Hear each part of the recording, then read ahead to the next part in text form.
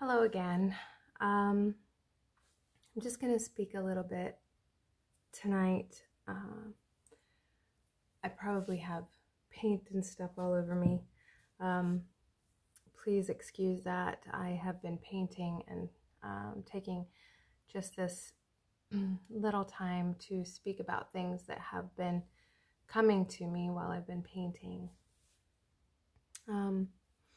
Okay, so some time ago, I had put out a video, and in that video I had spoken about the energetic shifts and changes that are occurring on the planet and how those changes would require us in a natural way to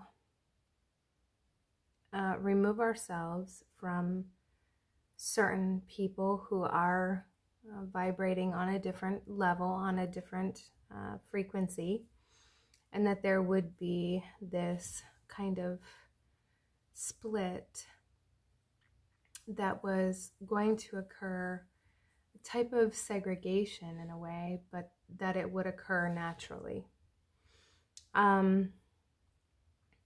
Recently, I've heard a lot of other people talking about this same thing. Lee Harris channels a group that he calls the Z's, and I really love listening to his energy updates for the months, and he has started speaking about this same thing. And what was coming to me while I was painting today was that there are people that in many ways I love, but in many ways I like them very much. But over the course of the last couple of years, there have been some things that we are definitely choosing different paths, right? And that's okay. That is as it needs to be, and that's okay. Having said that,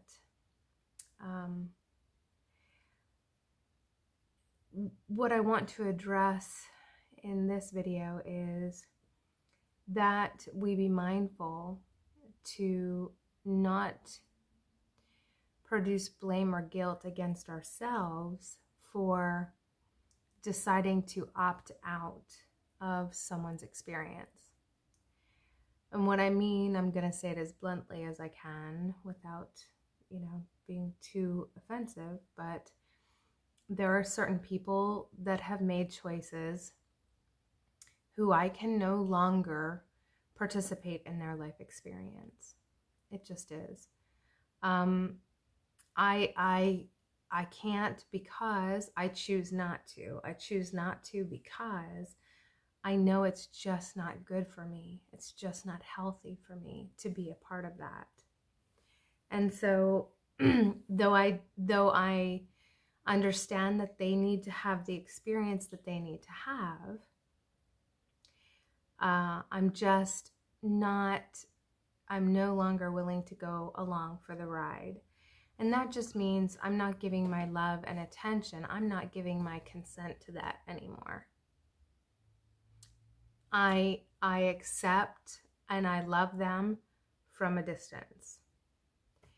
And I know that we are programmed, some would say indoctrinated, which is actually a very good word for this.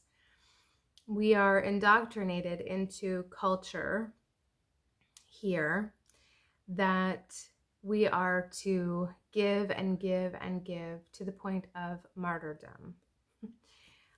We are taught through the crucifixion of Jesus that, this is a righteous act.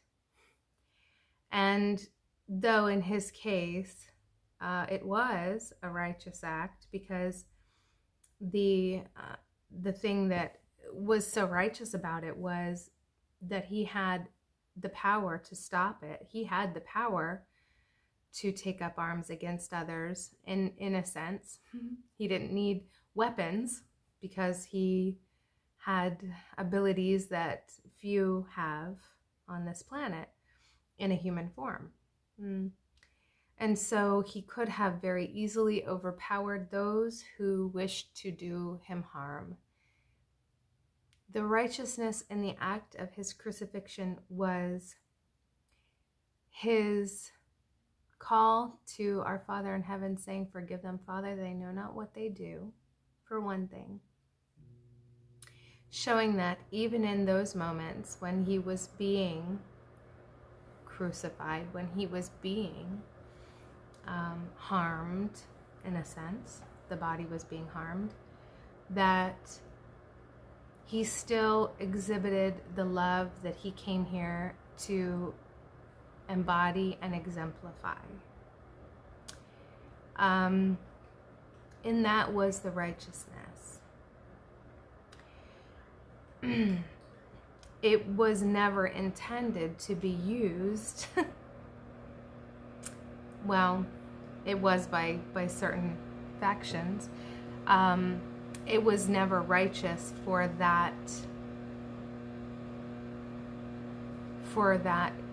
situation, incident, to be used to coerce us into martyrdom.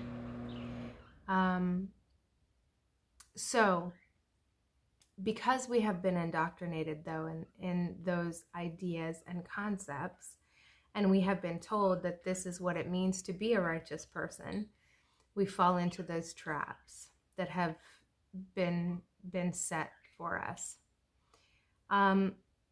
So sometimes when we choose to step away from someone else's life experience, we have the inclination to feel guilty, to find wrongness in ourselves for doing that.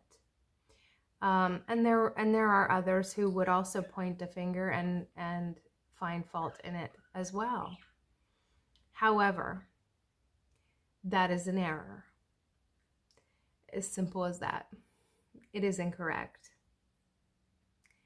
I said in a video that I shared on that one social media platform, I shared the link to, that for one person to tell another person what they are to do with their body is blasphemy, because we are the body of Christ. Each and every one of us is Christ in body. Whether you can wrap your brain around that or not, it is still true. So we, as the collective, are the body of Christ. That is the divine self that incarnates into human form. So within the vessel, very loosely, within the entity, the essence that is powering a vessel, is the Christ. It's that simple. And so when we try to tell someone else what they are to do with their vessel, that's one Christ telling another Christ what that Christ should do with that vehicle that they're using. And also, what vanity is it? What vanity is it to be able to stand in judgment and find fault with another? Do we truly know so much? Do we truly know so much that we can say someone else is doing it wrong? If every one of us is a divine aspect of God, and that is true, how can it be wrong if it is what they are doing with their own body? There are things that I would step in for, right? If I saw someone doing someone harm, I would step in and stop that, as I know Jesus would as well. In the Urantia book, when it speaks about the life of Jesus, there is one in particular incident where his student they're in a situation and Jesus comes upon, I think it was one man harming another man, or a man harming a woman. I'm not exactly sure about that. But Jesus gets in there and stops this. But he does nothing to prosecute or to punish the offender. But he does get in there and stops this. And the student of Jesus's, I think his name was Gained at that time, Gained asked him, Master, why did you not punish this man? Like, doesn't he need to be punished and whatever? And I don't remember what the words of Jesus were, but what I can say is just by that example, he stopped the incident, he stopped the abuse from occurring, but did not pursue any type of vengeance against the offender. And I'm grateful to not be in a position to have to look at those who commit crimes and things like that.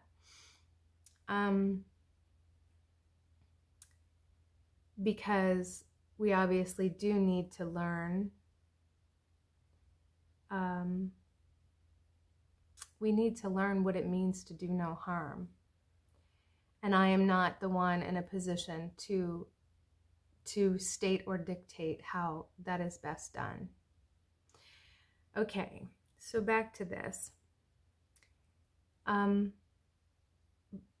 It just has been impressed upon me to voice and make evident that there are times when we will be inspired, instructed, guided to distance ourselves from certain others, whether it be for their good or for ours.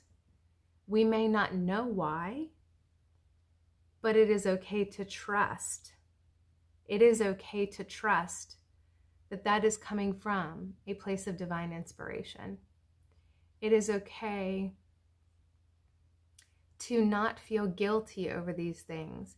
It is okay to not allow others to tell us how we are supposed to be and what the image of a good person looks like.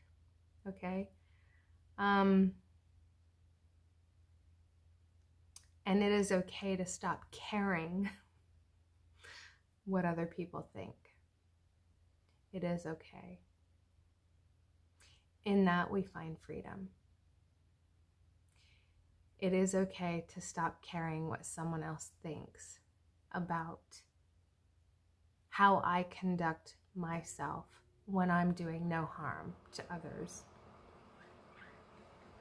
Today, that's a really interesting concept, because so many will say that when I walk out of the house and I don't wear a mask, that I am potentially doing harm to others. And that's what some of them say. Well, again, they can say anything they want. That's their right to speak whatever they want. Does not make it true. Doesn't make it right. And it is really okay for me to not care